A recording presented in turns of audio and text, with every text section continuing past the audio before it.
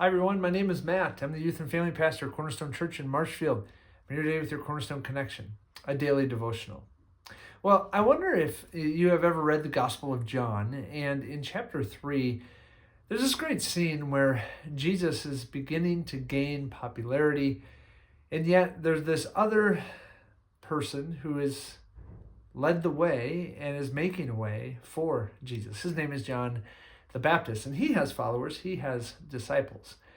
And as his disciples begin to see that Jesus is starting to gain a following, and that more are following him than John himself, they ask John, "Aren't you upset about this?" And I paraphrase, "Aren't you upset about this? What's going on?"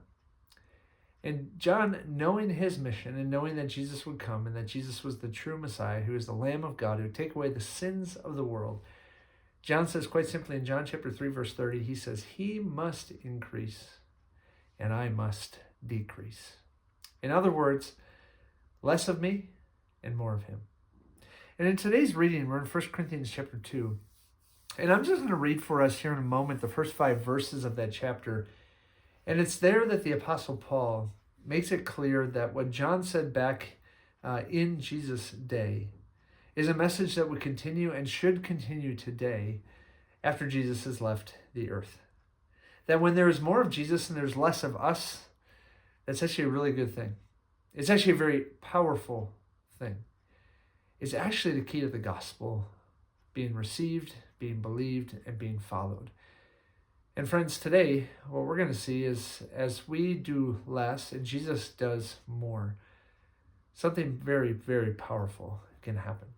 Let's hear from Paul as he writes to the Corinthian church in verses 1 through 5, and he's reflecting upon him introducing them to Jesus with the good news of the gospel. It says this, "And I, when I came to you, brothers, did not come proclaiming to you the testimony of God with lofty speech or wisdom." Lofty speech, wisdom, get rid of it. Not needed. Don't need it. Verse 2, "For I decided to know nothing among you except 2 things, Jesus Christ and him crucified." Simple message, no lofty speech, no wisdom, and a simple message, Jesus Christ, him crucified. Verse 3, "And I was with you in weakness and in fear and much trembling. And my speech and my message were not in plausible words of wisdom, but in demonstration of the power of the Spirit and of power, so that your faith might not rest in the wisdom of men, but in the power of God." Isn't that wonderful? I love how Paul is so honest. He's so transparent, and he reminds the Corinthians he didn't come with a bunch of Paul. He didn't come in pride. He didn't come with a lot of confidence or a lot of great wisdom or convincing arguments. He wasn't going to try to convert them that way. Instead, Paul decided, I'm going to come to them in humility. I'm going to come to them with the wisdom of God, which is Jesus Christ and him crucified.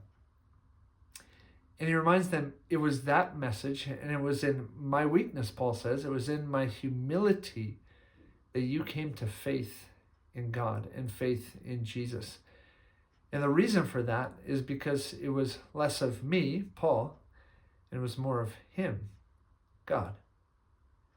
And so today's message is quite simple and it's quite clear, but I will say sometimes it's very hard to follow. The key in life and the key of being one who goes and makes fishers of men, the key is less of me and it's more of Jesus. Friends, maybe there's people in your life, maybe they're family members, friends, acquaintances, neighbors, co-workers, maybe it's even enemies or some strangers that you come across and that you have a desire to know and follow Jesus. I have those people in my life.